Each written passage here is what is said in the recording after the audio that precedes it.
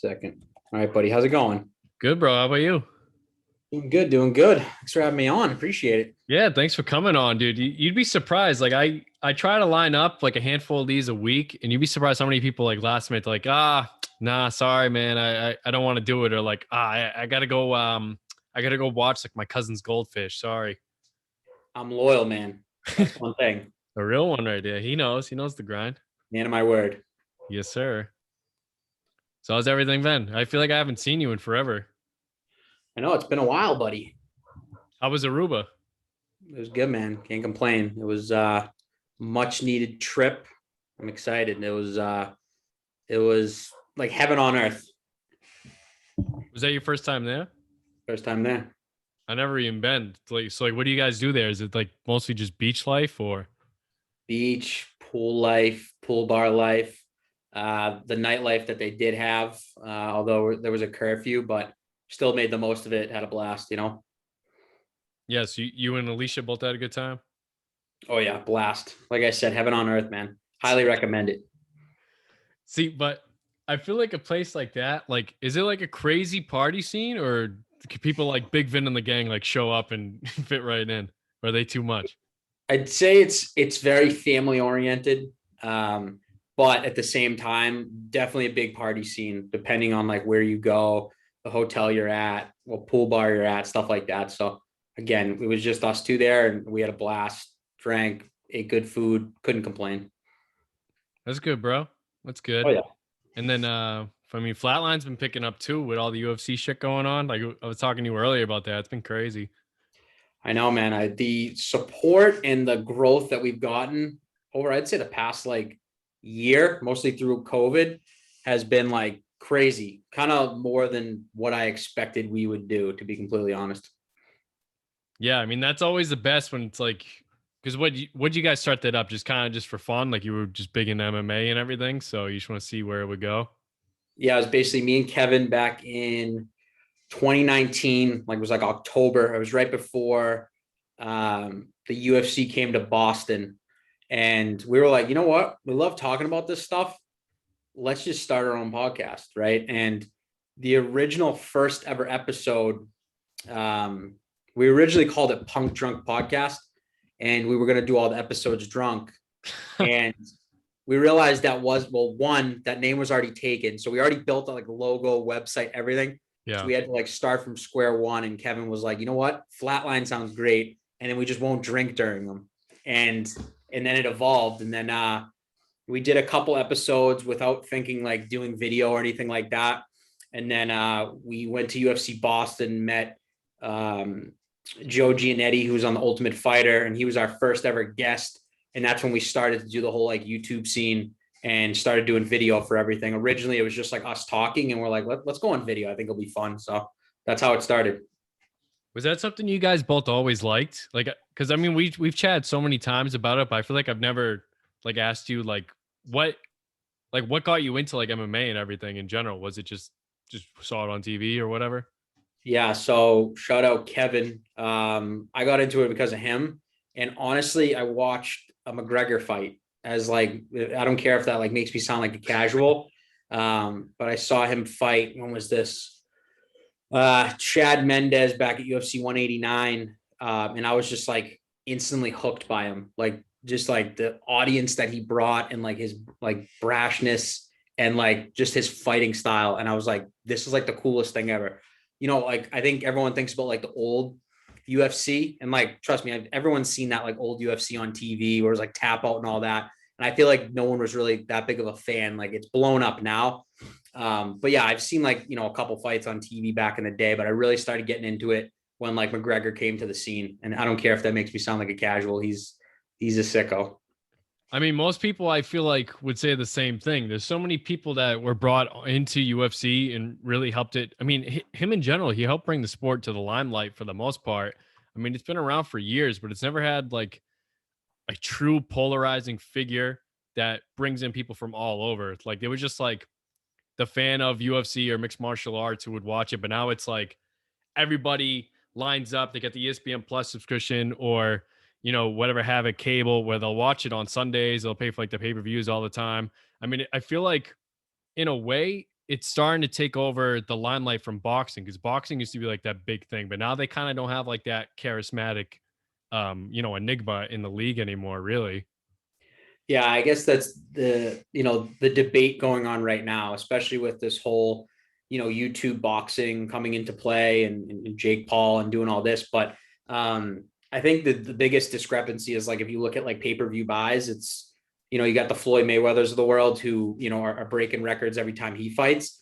But other than that, aside from Jake Paul boxing now, McGregor has been the pay-per-view king for the past 4 to 5 years, I'd say. Every time he steps in, he's breaking new pay-per-view records, right? Every time he fights, it's at least over 1.2 million, which is just crazy. The UFC has just never seen those kind of numbers. When Brock Lesnar was fighting, he got up there in the millions, but that's the biggest thing. It's like I'm a fan of both, but at the end of the day, it's like MMA all day. Like that's how I look at it. Like boxing's fun depending on who's fighting. Anthony Joshua's fighting, Tyson Fury, right? Floyd, guys like that, I'm watching. Am I watching the undercard? Am I watching all that? Absolutely not. But MMA is different. I'll on a Saturday night sit there from 6 to 1 in the morning and watch an entire card and be fulfilled. So that's just the difference for me as a fan. And I think a lot of people can attest to that. Yeah, I agree with that, because I often find myself like I love the prelims. Like usually when people want to get like the pay-per-view or watch like the fights, whatever, we all get together on like a Saturday night or whatever. I'm usually like I'm getting there as soon as possible early. Like I want to watch the prelims, because those a lot of the times those guys are fighting for the spot. Like they want to be able to make like that good money. So they're going all out, like all the way.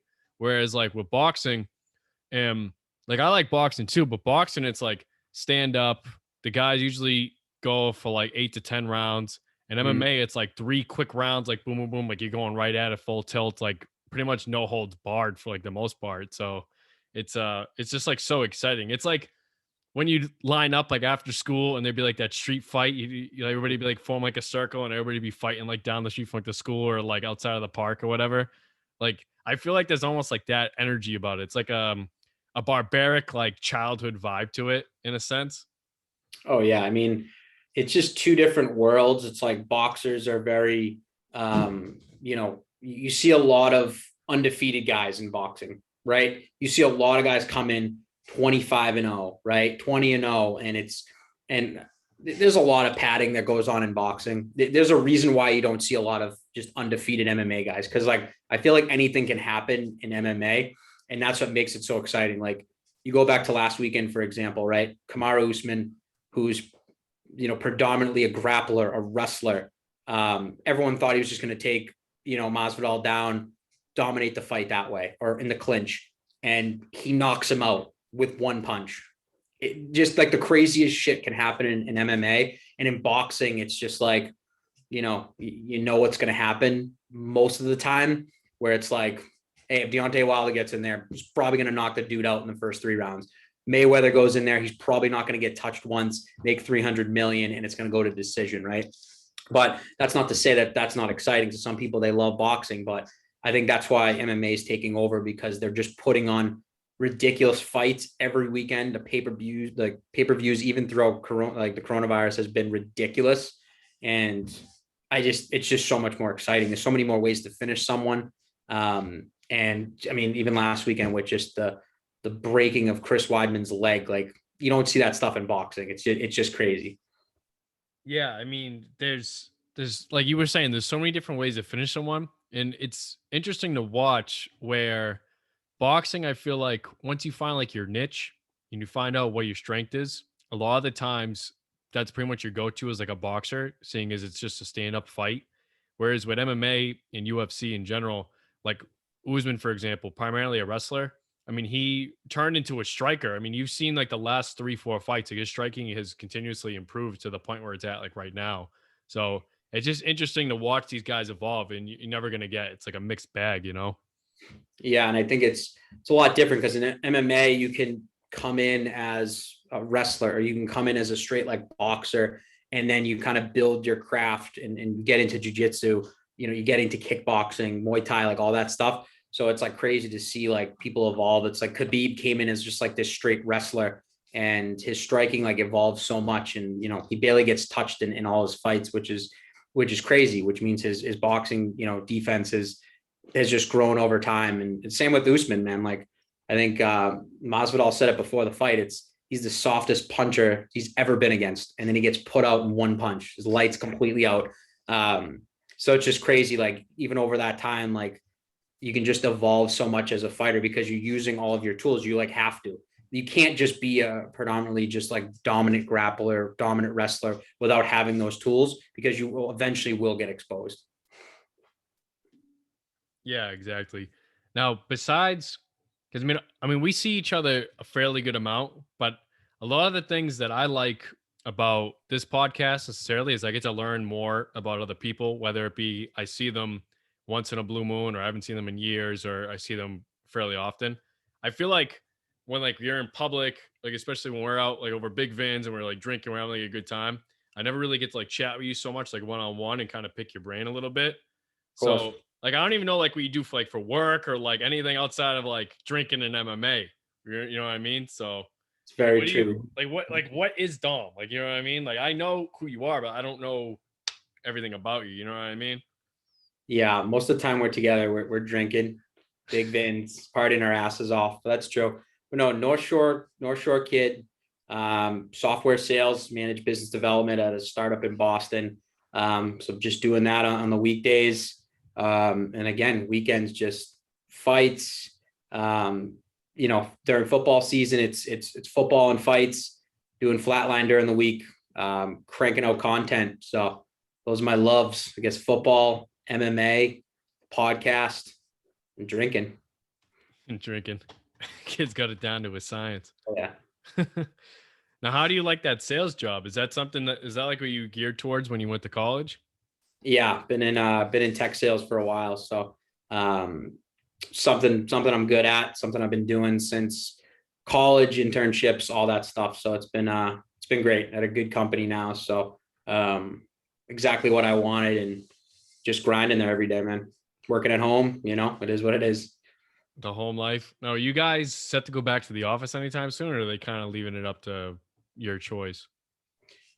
Some type of hybrid model, I think, coming up once everyone's vaccinated and all that stuff. So I'm excited to get some human interaction, you know, and do all that. But yeah, I think 2021 is kind of a wash for right now. We have like a temporary space that like a couple people can go to, but I think, you know, once everyone's vaccinated, everything's, you know, back to normal. You know, 2022 will be kind of like a more full time in the office, or some sort of hybrid as well. Like, obviously not going to make everyone come in, because I think that's, people have adjusted to different lifestyles at home Yeah. and at work. So it's kind of hard to tell someone after 2 years, like, hey, you got to come back in the office, when they've built a life at home. But I'm excited to at least get back to some sort of hybrid. Yeah. Is there like any advancement or any goals like at your company, like you're trying to like work towards, or Yeah, I mean, I, you know, came to this place as a startup, you know, less than 100 employees. So just looking to kind of take it to the moon, and hopefully have a few different exit strategies, whether that be, you know, a buyout or go public or something like that. So, you know, I've been here for the last 6 months, just again, trying to grind and work towards that goal there. So yeah. yeah, I mean, I feel like, you got a good head on your shoulders. You work hard, but you also know there's like a balance to life. So, I mean, you're always out having like a good time, and you do like your own thing when you're outside of work, which I find is, really important, whether it be for your own happiness or, just for your own fulfillment in life in general. Cause so many people, they wake up, they go to work, then they just go to bed, do it all over again. But, you're going out, like you're having a good time, whether it's with like Alicia, with us, or like Big Vin, and you do your thing like with flatlined and everything. So it seems like you got like a pretty good work life balance going on. Yeah, you need it, or you're gonna go crazy. I know some people, like you said, that are working. You just got to also manage your time, right? Like, I'm pretty good at being able to manage my time. Like, I work late a lot of the time, but I'm able to like do other things, like take my mind off it, like record the podcast, or plan out my posts for the next day for Instagram. And, you know, doing all that kind of stuff. So I'm pretty good at it, just managing my time and being able to like plan stuff for the weekend to look forward to, or vacation, or whatever that is. because you can't just have work consume you or you're just going to go nuts. It's cool too that, you have a lot of support, whether it be from, the boys or from Alicia or anything. Like everybody kind of is like, they try to put you out there, try to promote your page and, just kind of, give you feedback and help get you along like with the page and with everything in general. It seems like, and Yeah. that's really important. I mean, obviously like you can do it by yourself. In terms of, I mean, everybody gets help along the way in some like form or fashion, but, by yourself in the sense that, you don't really need like that outside support. You kind of just bear down and grind. But it's great when you do have that support because I don't know, it almost makes you, it makes it bigger than yourself. It makes you almost want to do it like for everybody else as well because they believe in you. Yeah, exactly. Got a, really good support system behind me, starting with, with Leash, shout out the goat, right? And then just family, friends that have, again, like you said, reposted and bought merch and like just get the name out there. And it's something we just started not thinking like, making money off of it or anything like that. It's just more like we did it for fun and, starting to make a few bucks here and there from the merch and doing all that stuff. But ultimately just at this point, we're just do it because we love it.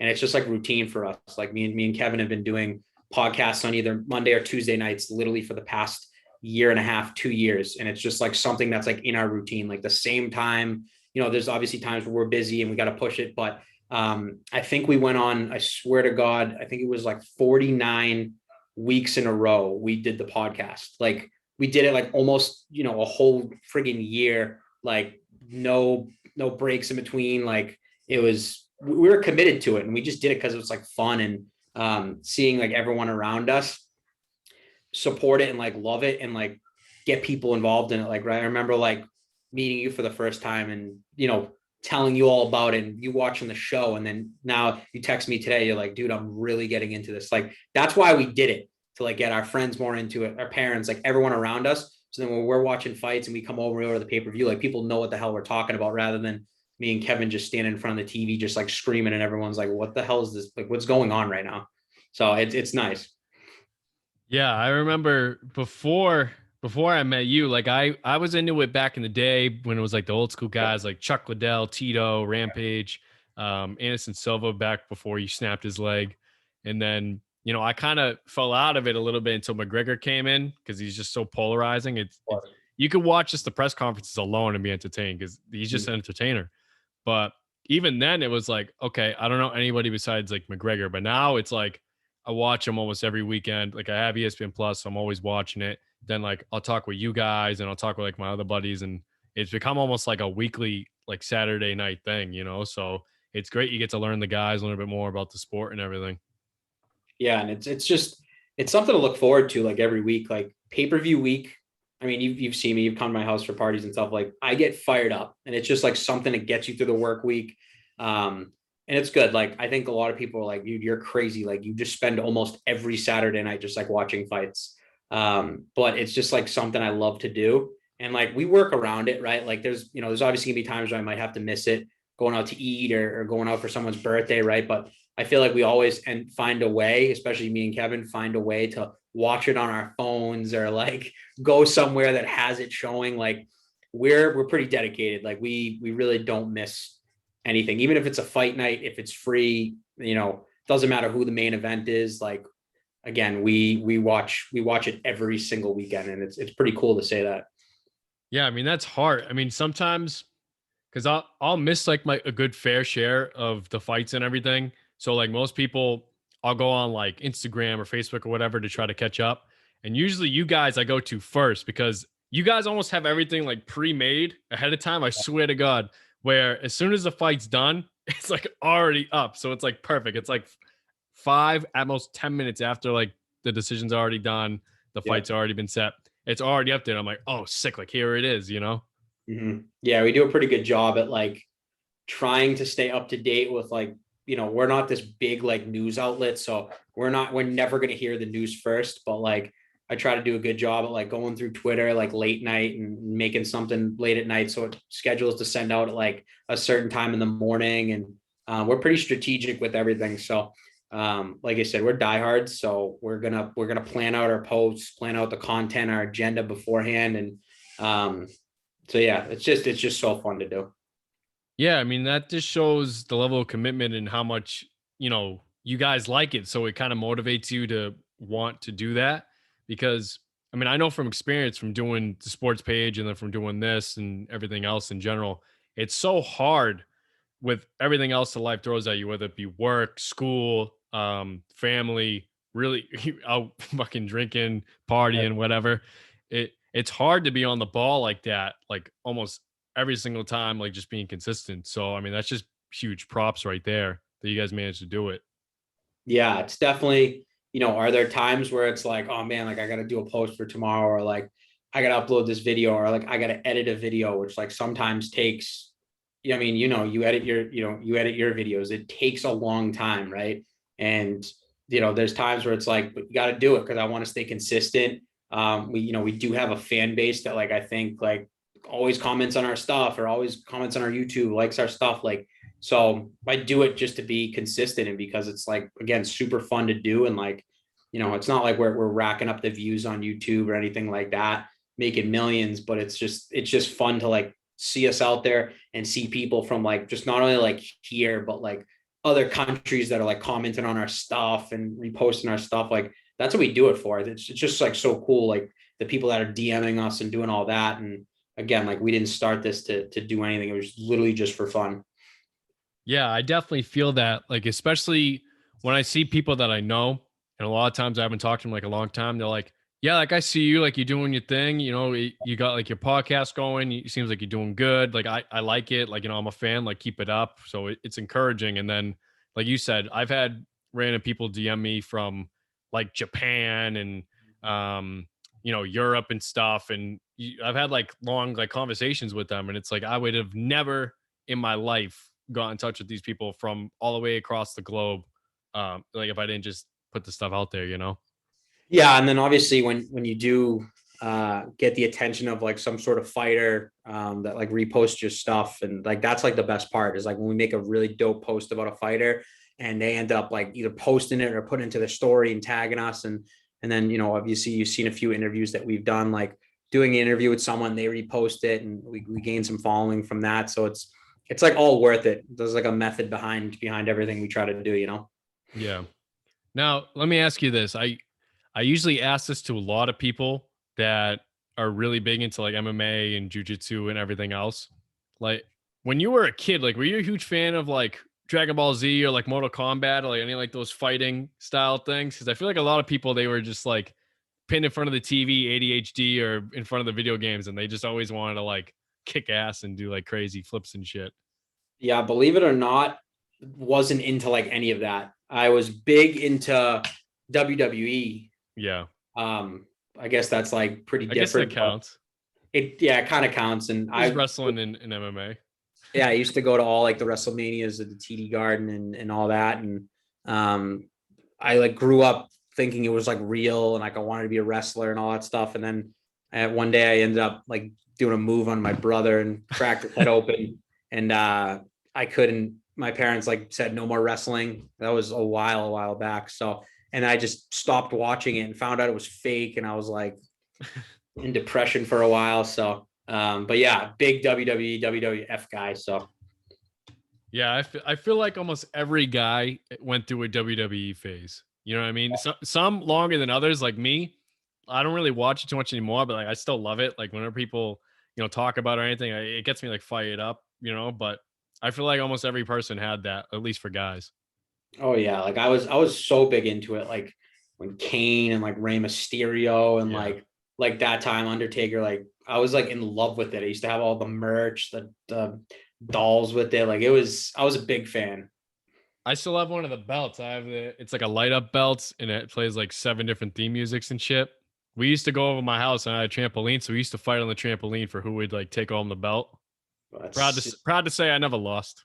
Never lost the belt. oh, little Vin didn't give you a run for your money. Um Sometimes, no, but I was usually a lot bigger and stronger than everybody else, so I kind of Yeah, had the advantage. it always helps. Uh, But I mean, Yeah, I mean, I guess wrestling would count. I mean, I could guess I would say the same thing. I was I liked wrestling and I didn't get into like Dragon Ball Z, Mortal Kombat, all this shit until like Yeah, a couple years later. That and it was more so like just for working out, like for like the gym and shit.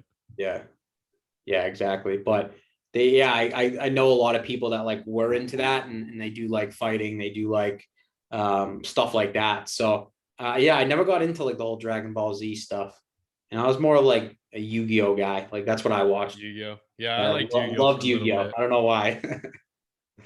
I used to have like all the cards and shit. It was like I would blow like if I could go back and count the amount of money I blew on Yu-Gi-Oh and Pokemon, and all those other cards like Naruto and shit. Like Yeah. I wish I had that money right now because I'd be like probably a diesel payment on like my car or like on a student loan or something like that.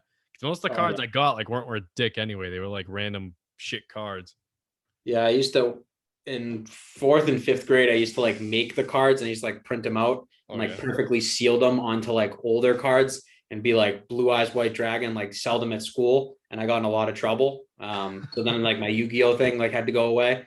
So it was hilarious. But I used to con kids out of like money for Yu-Gi-Oh cards and like fake Yu-Gi-Oh cards, and they thought it was real. So sales has always been your thing then. You're always used to hustling. Exactly, salesman at a young age. That's awesome, man. I used to be that kid at school. We used to go to Dollar Tree and we used to get like a duffel bag full of like candy and shit and just load up and we'd buy like one thing and walk out and then we'd just sell it at school out of the locker. Oh, love that. I was like that kid, but I would end up eating half of it anyway because I was kind of like a chubby kid. So it Yeah, was like whatever. Like it's I mean, such I a got it for revere free thing to anyway. do. It was dollar free, so it is what it is. Very revere thing to do. Dude, I swear to God, that was like our go to after school. We either go to Dollar Tree, we'd go we either go to Dollar Tree so in the off season for sports, we'd go to either the sports when it's during season. In the off season, we either go to Dollar Tree or we would legit like go watch a fight like after school somewhere. It'd either be down the street in front of like one of the random like supermarkets. Like I remember, Little Vin's house, there's literally on the corner, there's Vinny's Market, like kind of coincidence, but there used to be fights like right there all the time. Or like in high school, there's be fights like on Broadway and shit like all the time, like Yeah, random like back streets and shit, or like at like the park that used to be right over there. that's hilarious. Yeah, yeah. I went to private school most of my life, so I didn't see too many fights. All boys private school, believe it or not. But yeah, I never got to experience too many fights. We used to get them in the school cafeteria, out in the playground, out in the like during the gym time. Literally, if you did not see at least one fight during the day, then it was like a miracle. Like it didn't even matter. And it's sad to say because like our school, for the most part, like it wasn't really that bad, but it was just like everybody had beef like for no reason. Everybody thought they were just like hot shit. So Yeah, obviously, like shit's gonna start flying. yeah, it happens a lot. Yeah, like went to like Catholic school, so it wasn't like, you saw a couple. I saw a couple fights over my 4 years, but it's frowned upon, man. You know what I mean? You guys get beat with the ruler and shit. Oh yeah, Now you went to Endicott for college, right? correct. Yeah. Now is that where you met Leash? No, I've known her since shit freshman year of high school. So we've just been friends this whole time. Okay. Did you go? So, would you go to Saugus High for high school? MC, Oh, you went to MC. Okay. MC boy. Yep. Yeah. So you were always a sausage fest then, huh? Yeah. Yeah, man. Dom sausage. You got to do it. You know what I mean? Sausage party, Dom. Yeah. No. Yeah. I've been going Catholic private school since like sixth grade. So I grew up in Woburn, went to school there. Elementary school and stuff, and then like right to private school. So I never really like lived in Woburn, I guess you could say, and then went to a few different middle schools, and yeah, I went to MC for high school. See, I would have never even have known that. You know what Yeah. I mean? I lived in Woburn for a little bit. Do you remember where in Woburn you used to live? Yeah. Right in Four Corners. Four Corners. Okay. Yeah. Did you ever go to? Was it always a KFC Taco Bell combined right there? Still there. Yeah, I used to go there all the time when I lived there. It was like the best for like a cheap meal. Oh yeah. Let's You, say you, you get your fill right there. still there. Still some sketch people around there. Oh yeah, dude. Every single time I go there, there's like a bunch of like junkies and shit. Or like Oh it's yeah. like Dave Chappelle, like on Chappelle's show, where he had the crackhead, the dude's like walking around, scratching his face, the peanut butter and crack sandwich. Oh yeah, I saw some characters over there. It's like the quesalupa and crack burrito. Oh yeah, hilarious. But I mean, I don't know. Is there? I'm kind of like stalled out. I honestly went through a lot of the stuff I was gonna pick your brain about, but I mean, is there anything you want to pick my brain about? Like while we're on here, kind of go two Yeah, way. yeah. I'm curious to know what got you to start this thing, and I know you got chosen sports on the side too, so it must be a busy week for you doing two podcasts, posts for chosen sports. So what persuaded you to do like your kind of your own thing? I mean, to be honest, I wanted to do this for a really long time. I want to do this since really, really since like high school. I wanted to do something like this. Honestly, before even chosen sports and everything. But I know like people always say, fuck it, like just do it, like just dive into it. But I don't know. There was something about me with this particular thing. I kind of wanted to baby it. So I really wanted to make sure that it was good, like from the get-go, Yeah, and people were gonna buy in. And so that's why I kind of started off like we did the sports page first. So we can kind of get, well, for myself, I can kind of get like a feel of how the whole podcasting scene works, like the editing, the different, graphic design apps and shit. So that was almost like getting my feet wet until I could actually do this. This is like my baby, like something I always wanted to do. So, I mean, I've had a lot of positive feedback. I've already gotten more viewers and more interactions in just the few episodes I have than I'm pretty much on Chosen Sports. The only difference is the follower numbers, which that'll come obviously. yeah, And I'm not really even concerned about that. I just more so want to get out some dope content and get to know people some more, like pretty much like this, form better relationships and gain new perspectives. Like at the end of the day, that's like the goal of it. I want to have dope conversations with some dope people.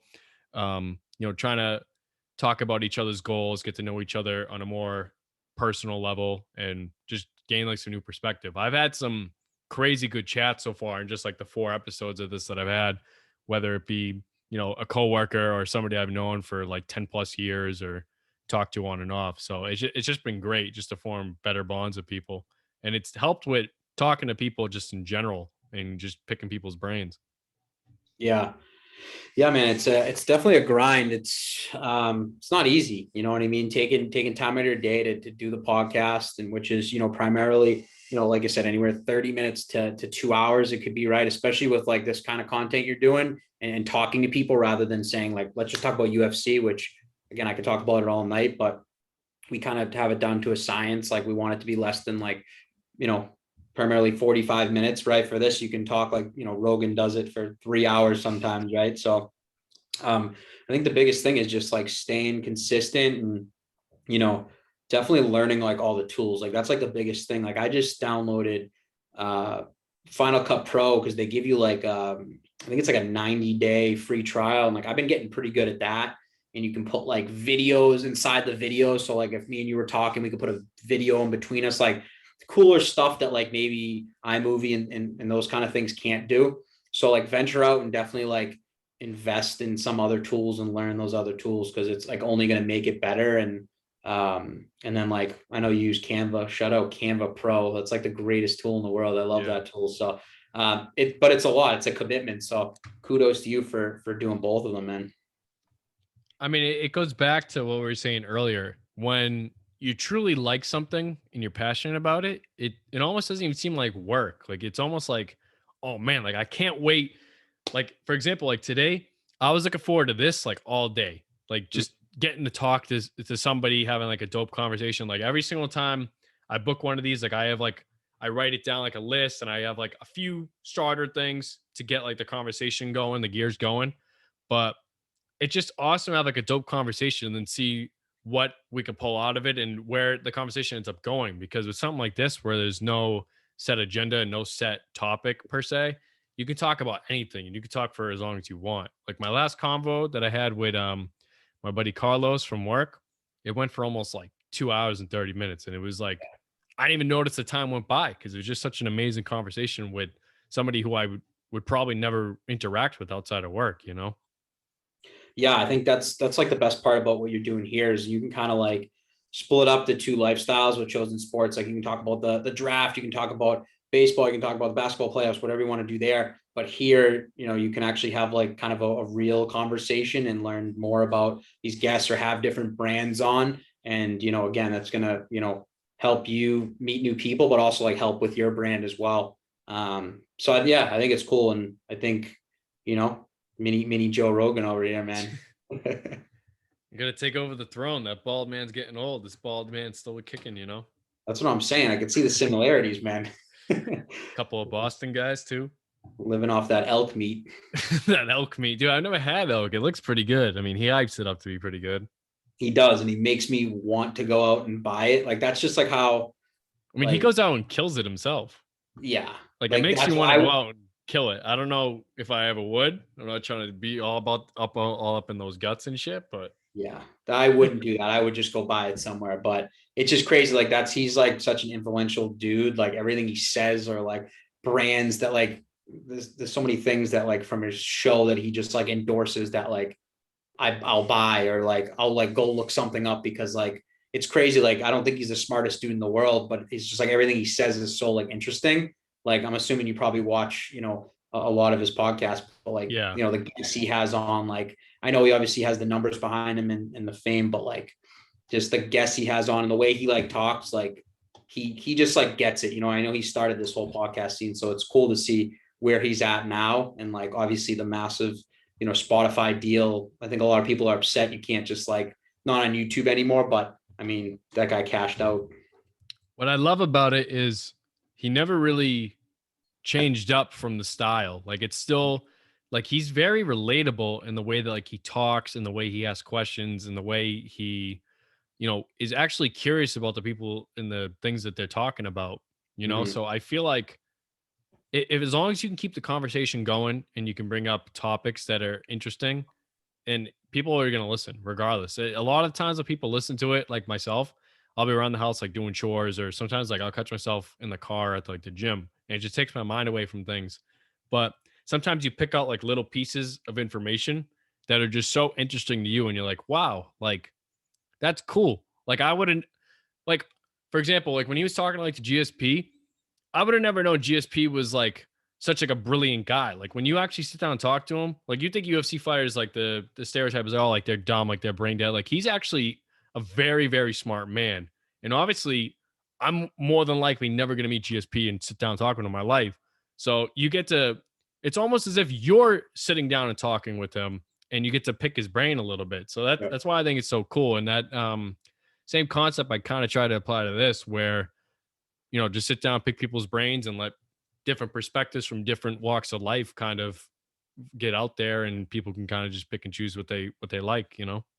Yeah, it's nice that he has fighters on and he doesn't just talk about fighting. Like obviously that's a lot of the conversation, but he's getting into like kind of their lifestyle or how they grew up and training methods, like all that stuff. And it might not be like fight related, but it's still like you never know. You know what I mean? Like you said about GSP, a lot of people don't realize like the guy's actually super smart, right? And he has a life past fighting, you know what I mean? And he didn't actually love fighting like as much as people thought he did. He Yeah. literally said like he hated fighting, like he was scared and like all this stuff. And it's like it's cool to kind of get into the minds of them because you do feel like you're the one like sitting like right in front of him talking to him. So I love the setup that he has. So I'm hoping you get just as big as him, buddy.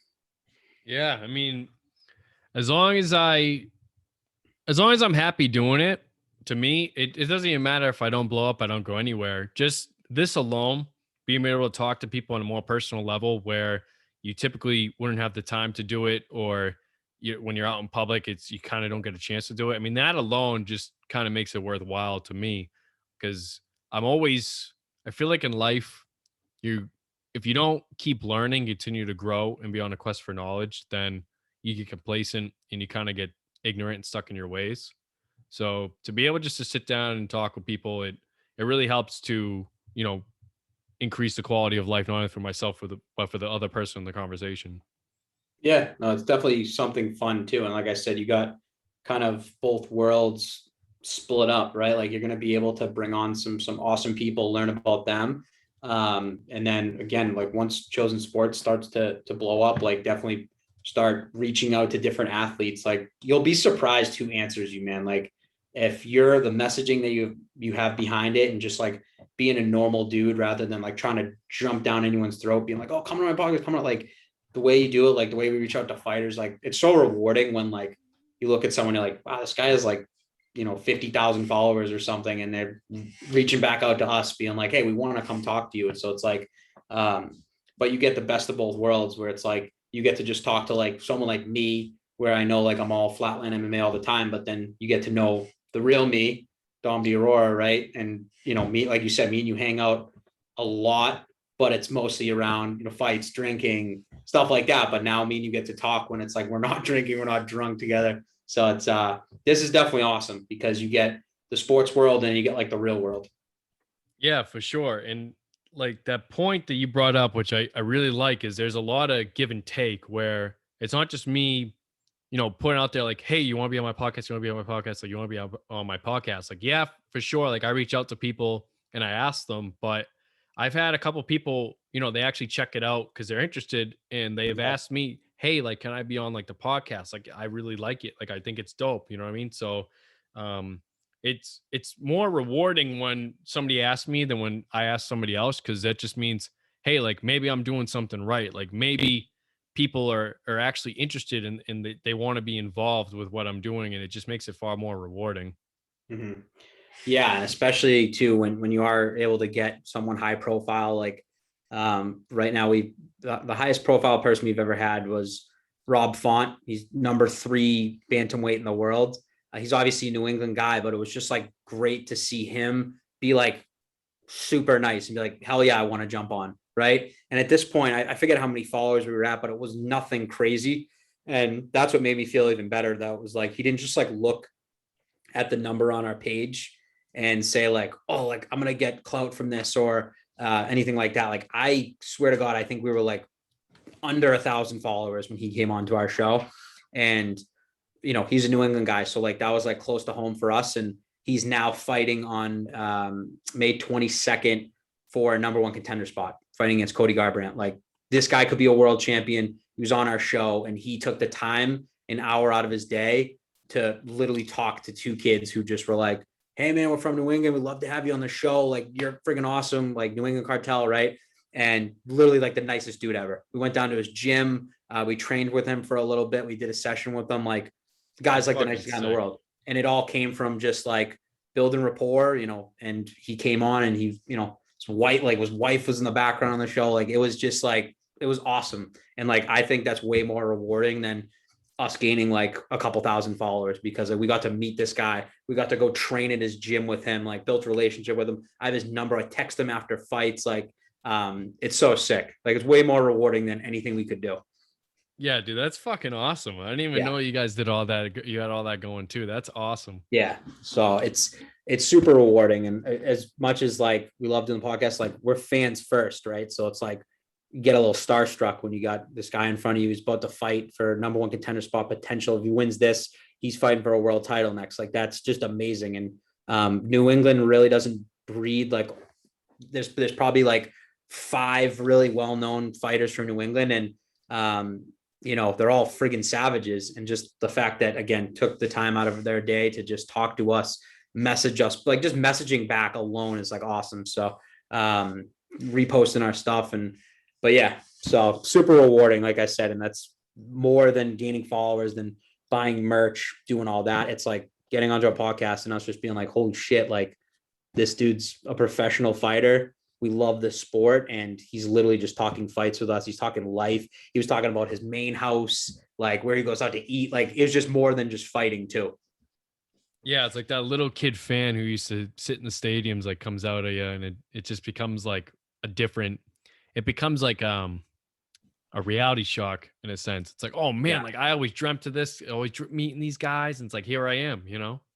Yeah, it's cool. And yeah, like I said, you'll be really surprised as to the responses you'll get. And even looking at the number of Instagram followers someone has or YouTube subscribers, like they will take the time, like the people that like manage their own pages and stuff like that. Like I'm not saying you're going to get someone with, 5 million followers onto your podcast, but the people do respond to you, man. Like, and it's just about like not being assertive and being like, hey, like hop on this. It's just like, hey, just building rapport. They might go back and forth with you, and then, but you will be surprised like how nice people are.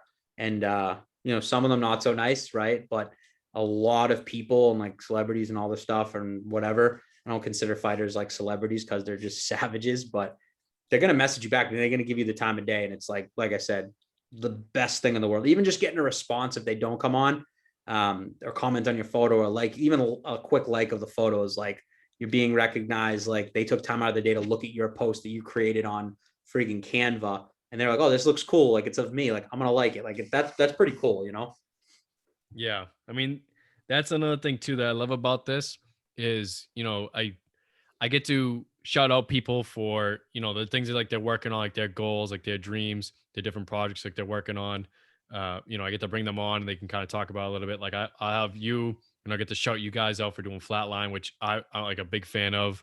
I had Gio on from White Belts, got to shout him out, which I love his podcast too. And then my last guest from work, he does a youth soccer program, and it was just phenomenal getting to learn more about that. So I always like want to see others win. There's so many people out there who are just jealous, or they just don't want to see other people win because they're too scared to follow their own dreams. But I feel like as long as you're chasing after your dreams and you're doing your thing, then what's the need to put other people down? You could stay in your own lane and everybody can eat, Yeah, exactly. Sometimes see that with like, Instagram and Twitter, and, obviously there's a million friggin' MMA pages out there. And it's, I don't like go out and look at other people's pages and like, you know what I mean? Like, hey, this guy's got like 50,000 followers. Like we need to be like them. It's just like, we try to do things differently. You could probably tell by our posts. It's really not like anything else out there. Yeah. We put in the time. We don't try to, copy anyone else's page or anything like that. But, we try to give the best news possible. And like, we just do it for ourselves. And, there's always going to be like hate and people writing like dumb comments on your posts. And I think we're like, as big as we are now, like we get people that are like, your post sucks, or there's going to be, dislikes on our YouTube videos, but it's like, I could honestly care less. I'm like, you took the time to like come to our page and comment. It's like, obviously we caught your eye for something, you know what I mean? So, but especially with like the rival MMA pages, Twitter, like just constantly just getting heckled, or like Instagram photo being like, this sucks, or old news, or like whatever it is. So, it just comes with it when you put out content. You can never please anybody. That's pretty much with anything in life. So you just do you, do what makes you happy, and hopefully you end up reaching some people and changing their lives and making them be entertained or learn something new. Yeah, that's the biggest thing. Like I said, man, we're at almost at 16,000 followers on Instagram. Like I didn't think we were going to get 16 people to like the page. You know what I mean? So it's like, I'm thankful for like everyone. I don't care where you're from. If you trash us or do whatever, like I'm obviously thankful for whoever like hits that button, that like button, subscribe, whatever it is. And like I said, we're not anything crazy yet, and we're trying to build something pretty big. Like we're working our way there, but it all comes down to like the people who are following us. Without them, like we're not gonna be as big as we are, Yeah, absolutely. I know it's a little bit past 7:45. You need to go to do your podcast for tonight, get some flatlined action in. We got a couple more minutes, man. All right, man. You ready for the Saratoga trip coming up? Oh man. Yeah, I'm ready. We got a hell of a crew, so I can't wait. We got a couple things with Big Vin this summer that I'm excited for, so I can't wait. Dude, I'm still baffled that for the golf and gamble, he had his own fucking flyer made up. I was dying laughing. You are part of Little Vin's foursome. You're in. Yeah, the foursome, the big old orgy. Yeah. Oh, let's go. Yeah, I never even been golfing before. If you count mini golf, then yeah. But let's go. I'm pumped. Yeah, that's going to be hilarious. And the fact that it's just like an all day just escapade. I am pumped. Yeah, I was just talking to Big Vin. He's like, yeah, Little Vin's got his own foursome. I'm coming with the dentist, so it's gonna be a riot. Shout out the dentist, bro. Foursome just sounds like so wrong. Like, and he knows it. He knows it. He just says it just because it sounds wrong. Oh yeah, it's hilarious. That's gonna be between that Saratoga, some things to look forward to this summer. I can't wait when we get together with that crew. It's just it's next level. Dude, I mean, every single time I could be in the middle of, I can be in the middle of like a workout. I can be in the middle of finishing up a paper that's due like that night. It doesn't matter when little Vin goes, hey, want to come to Big Vin's, or hey, want to do something, anything. As soon as I see Big Vin, I go, do you even have to ask? Count me in. Well, Dude's a let's fucking go. riot. Yeah, it's always a great time. It's always a great time. Hopefully, Little Vin texted you May 15th, Big Vin's house, my birthday, little bash there. So Yeah. mark that down. Mark that down. I marked down the calendar for the MMA fight, and then I was trying to find your house. I went down like every side street over there. I thought I knew the address, and then I fucking couldn't find it. I was pissed. I know my phone actually died, and I woke up to like, you don't understand, like literally 30 text messages. People be like, "Oh my god, Weidman's leg." I didn't think anything of it because I was like, "Oh, my phone died." Usually, no one really texts me during the fights because like all my friends are usually there, and like everyone who like didn't watch fighting texted me, and I opened my phone at like 1 a.m. and being like, "Oh my god, Weidman's leg," or "That knockout was ridiculous." So that was cool to see too. But yeah, That was crazy. hilarious. It was two crazy leg injuries back to back. Yeah, I mean, it's just even crazier that Chris Weidman broke Anderson Silva's leg, and then Weidman breaks his leg in like literally the same fashion. And it was crazy to see. Like I couldn't even believe it happened. Dude, that gave me chills. Like that reminded me of when Alex Smith broke his Yes. fibula. He was playing for, at the time, the Washington Redskins at home on the same date that Joe Theismann had the exact same injury, playing for the Washington Redskins at home. Wild. It's crazy. Like, it's crazy how shit like that happens. Yeah, that's wild. I wonder too, like, what is the worst injury? Like, is it the leg snapping, or was it like Alex Smith's injury? Like, to me, I don't know which one's worse, because I feel like when you're kicking, it was like he kicked, the leg broke, but like with Alex Smith, someone landed like on top of his leg. So I feel like it might have been more painful, but I don't know. I don't know. I'm not a doctor, obviously. I think it just depends on how it heals. But I think Alex Smith, it wasn't just his fibula, it was like a lot of muscular damage. So it's probably an entire knee reconstruction along with the fibula. Like I know when he was going through the procedures and everything, at one point the infection was so bad they were thinking about amputating his leg, or he might have died. So Yeah, that's why I think like his injury was just like, obviously they were both brutal. I just thought like his was a lot worse. Like obviously like Anderson Silva like fought afterwards. It took him a while to like rehab, but like Alex Smith legitimately like didn't play bad football when he came back. Like it was pretty impressive actually. yeah. Like Anderson Silva kind of like went down, Oh, he was shit when he came back. He had that one decent fight, the first one back, but then they found the PEDs on him, which I mean, yeah, naturally that's going to happen when you come back from injury like that, especially how old he was. You know, he needs something in order to boost his testosterone and his other levels and shit.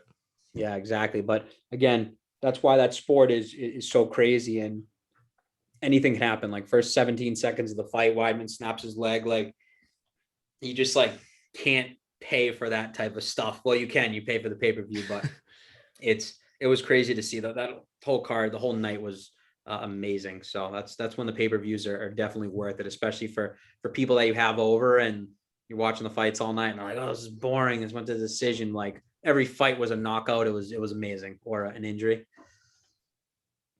Yeah. Yeah. I mean, I definitely like the UFC for like that it factor, that it's like the unknown. You really never know. Like anybody can knock anybody out any night. It just, or they can tap. Like you were saying earlier, there's so many ways to finish a person in a fight. Whereas boxing, it's like, okay, were they going to a decision or somebody's getting knocked the fuck out, you know? Yeah, exactly. So it's again, it's that entertainment factor. It's that not knowing what's going to happen. And again, if you got like two wrestlers going at it, they're probably going to wrestle the whole time, but it's going to be super exciting. But for example, Kamaru Usman fought Colby Covington. Those guys are two wrestlers, and they did not take one shot the entire night. They stood and banged, and it was one of the best fights I've ever seen. So it's like you just never know what's going to happen, right? Like Khabib standing up with Justin Gaethje, which who in their right mind would do that? Khabib round 3 against Conor McGregor stood the entire round and was trading with Conor McGregor. Like, who does that? Like, no one in their right mind would have thought that Khabib would do that in those 2 fights. And so that's why I love watching it. But except boxing, it's like they're standing the whole time. Although it's striking, it's awesome. It's a lot of, circling around. It's a lot of, stalling, a lot of clinch work. It's sometimes it's not the most exciting. Like I said, Tyson Fury, Anthony Joshua, Andy Ruiz, Deontay Wilder, those guys are fighting Floyd. I'm going to watch it. Although Floyd goes to a lot of decision, he's just Floyd Mayweather. You got to watch him. Everyone wants to see him lose. I'm actually a fan. So I love his whole shtick and the money and all of that. So, but UFC, MMA all day. I don't care. One championship, Bellator, UFC. I'm a fan of all 3. So I'll watch that any day of the week. Like I said to you earlier, the more I get into it, the more and more it starts to become one of my favorite sports to watch and follow in general. Like I'm weird. Like when it comes to watching, besides UFC, obviously, now that it's starting to emerge in pretty much my domain, I've always been a huge baseball and hockey guy to watch. I mean, a lot of people don't like baseball, but in terms of actually following and paying attention to, really the only sport I do that is half-assed football and basketball, because I feel like the basketball, there's so many there's like polarizing figures, and each team's kind of dominated by like the 1 or 2 superstar guys. But UFC in a lot of ways is like that, because it's you. There's no team. I mean, other than your trainers and shit, it's like you're the one-on-one fight. You're a polarizing figure. And more of these guys are trying to see like, hey, Conor McGregor, he talks all that shit. He's all this hype man. And if I do that, maybe I can get those pay-per-view card numbers and I can make that money, So and then it's been carrying over into a lot of different sports. Like, how do you think the Paul brothers are actually making so much money? They're doing all the shit talking that Conor McGregor used to do. Yeah, exactly. That's why he wants to fight Conor, because he knows that's the biggest fight. He'll cash out and he never has to do a thing in his life ever again. So, I got an opinion on all that stuff. I think what they're doing is they're geniuses. They're great at marketing. Once they fight, like, Logan is the older brother's fighting Floyd Mayweather. It's like he knows he's cashing out forever. He knows he's going to lose. There's no way that he has an ounce of just thought of winning. Jake, I think he's going to build up, knock out a few, more YouTubers or wrestlers or whatever he wants to do. But once he faces, I think, a legit boxer with a winning record, but I think he knows what he's doing. He's trying to cash out at a McGregor or fight Mayweather or fight Canelo or whatever that is. But entertaining, to say the least. I watched the Askren fight. Very entertaining. I thought the whole event was a shit show, but if they fight again, I'm probably going to watch it. I'm not going to be one of those people to say I'm not going to watch it. So, but at the end of the day, none of those guys will ever get into an octagon and actually do an MMA fight, an MMA match fight, whatever you want to call it. So, but entertaining to say the least. So, yeah, I mean, as a business perspective, you love to see it. These guys just kind of milking their way into making these big dollars. But as a fan of the sport, for me personally, like, I hate it because it's like nonsense. It's like if I wanted to watch a bunch of scrubs fight and pay top dollar. No, if I want to watch a bunch of scrubs fight in general, I would just pay for Barstool Rough and Rowdy. It's like $15 or some crazy like low level shit, but it's like they got like short people fighting and crackheads fighting and like different street fighters and everything. But it's like now they want you to pay pay-per-view money to watch YouTuber versus YouTuber. It's just crazy. Yeah, it is crazy. It's all for entertainment. That's what this world is now, man. The internet and all that stuff. So it's definitely, like I said, I'm the guy that I love fighting. So I'm gonna watch it. I'm gonna buy it. So again, when Floyd fights Logan Paul, I'm gonna buy it. When Jake fights whoever he fights next, I'm probably gonna buy it again or stream it, whatever it is. I know I can't say that streaming, illegally streaming, but we all know. Uncle Dana on you. Yeah, I know, right? So, but yeah, shout out UFC for putting on ridiculous cards throughout COVID. Great one this weekend. I'm excited to watch Dominic Reyes versus Jiri. I'm pumped. So now for Usman, I meant to ask you before when you were talking about him. Do you feel like the only fight left for him realistically is him versus Covington, and then he'll probably retire? Or do you think he'll try to do another fight after that? Yeah, I think he has to fight Colby again. Colby's not going to stop talking until he gets that rematch. He's rightfully next in line. I think it's going to be a banger of a fight, but I think Usman has just gotten so much better than everyone on the roster. He just overtook the pound for pound spot. I think he's going to fight Colby, and I think he's going to retire. He has bad knees, so and that's pretty well known that he said he doesn't have too long in this sport. He's pound for pound number one right now. Just got released today, the rankings, and he's going to beat up Colby. I think he's going to knock Colby out again, and he's going to ride off into the sunset. I don't think he's looking to break any GSP records or anything like that. I think he's just looking. I mean, he's undefeated in the UFC. His first loss was his second pro fight. He's ridiculous. I mean, guy's shredded like a Greek god. So he's pound for pound to me the best fighter on the planet. Now that Khabib is gone. Now people want to say Khabib versus Kamaru. It's a tough fight because Kamaru is just so big. I don't even know who would win that one, to be completely honest. But they're very similar styles. But I think Usman has a little bit better striking than Khabib, to be completely honest, a little bit more power. But Khabib on the ground is just unrivaled. So that's like kind of a fight I would like love to see. And maybe that fight will happen, but I don't know. But we'll see, man. There's so many good fights coming up. So many good cards. We get the Connor card in the summer. Francis Ngannou, Derek Lewis later in the summer. Like the lightweight belt up for grabs. Now the Khabib's gone in a few weeks. Like so many good cards coming up. And it's just a great time to be a fan. Yeah, I completely agree. The one card I am absolutely ecstatic about is Figueiredo Moreno, the rematch. Because that fight, Oh, yeah. in my opinion, dude, that was probably the best fight I've ever seen in my life. Great fight. Great It was fight. amazing. Moreno is an absolute just granite chin, and Figueiredo hits like a featherweight, for Christ's sake. So the fact that that fight went the distance is absolutely crazy. Because Figueiredo was putting everyone's lights out. That's another one. Shout out the flyweights, because that's going to be a ridiculous fight, man. What I like about it too is Figueiredo had what, like a 6-week turnaround from his last fight or something crazy like that. It was like less than 3 months. And then Yeah, Moreno went into that one already hurt, and he got even more hurt. yeah, Figueiredo got sick like the night before or something too. So it was a quick turnaround. Figueiredo was like sick. Moreno was hurt. Just amazing fight, man. Like and Figueiredo's so good for being a 125er, man. It's he hits like a goddamn truck, but Moreno is like as tough as they come. So that's one of the more highly anticipated rematches I was looking forward to. The first one was Stipe Francis, obviously. We all know how that ended. Francis and New. So again, man, like if you're my last thing I will say on here is if you're not a fan, this is the year to become a fan. John Jones is going up to heavyweight. Yep. Connor's coming for the trilogy. If he loses this one, this is probably his last one in the UFC. Khabib's gone, so there's going to be a new lightweight champion in a couple weeks. Like Usman dominating everyone. This is the year that you want to be a fan. So if you haven't got on that train, definitely watch the UFC this year. I'm telling you right now. Yeah, I mean, I'm so happy that you and everybody else has got me into it, especially with this year, all these crazy cards coming up. And now we have guys like Sugar Sean coming back, Adesanya, who's jumping all over the place in terms of weight classes and everything. And he's just always fun to watch, the style bender.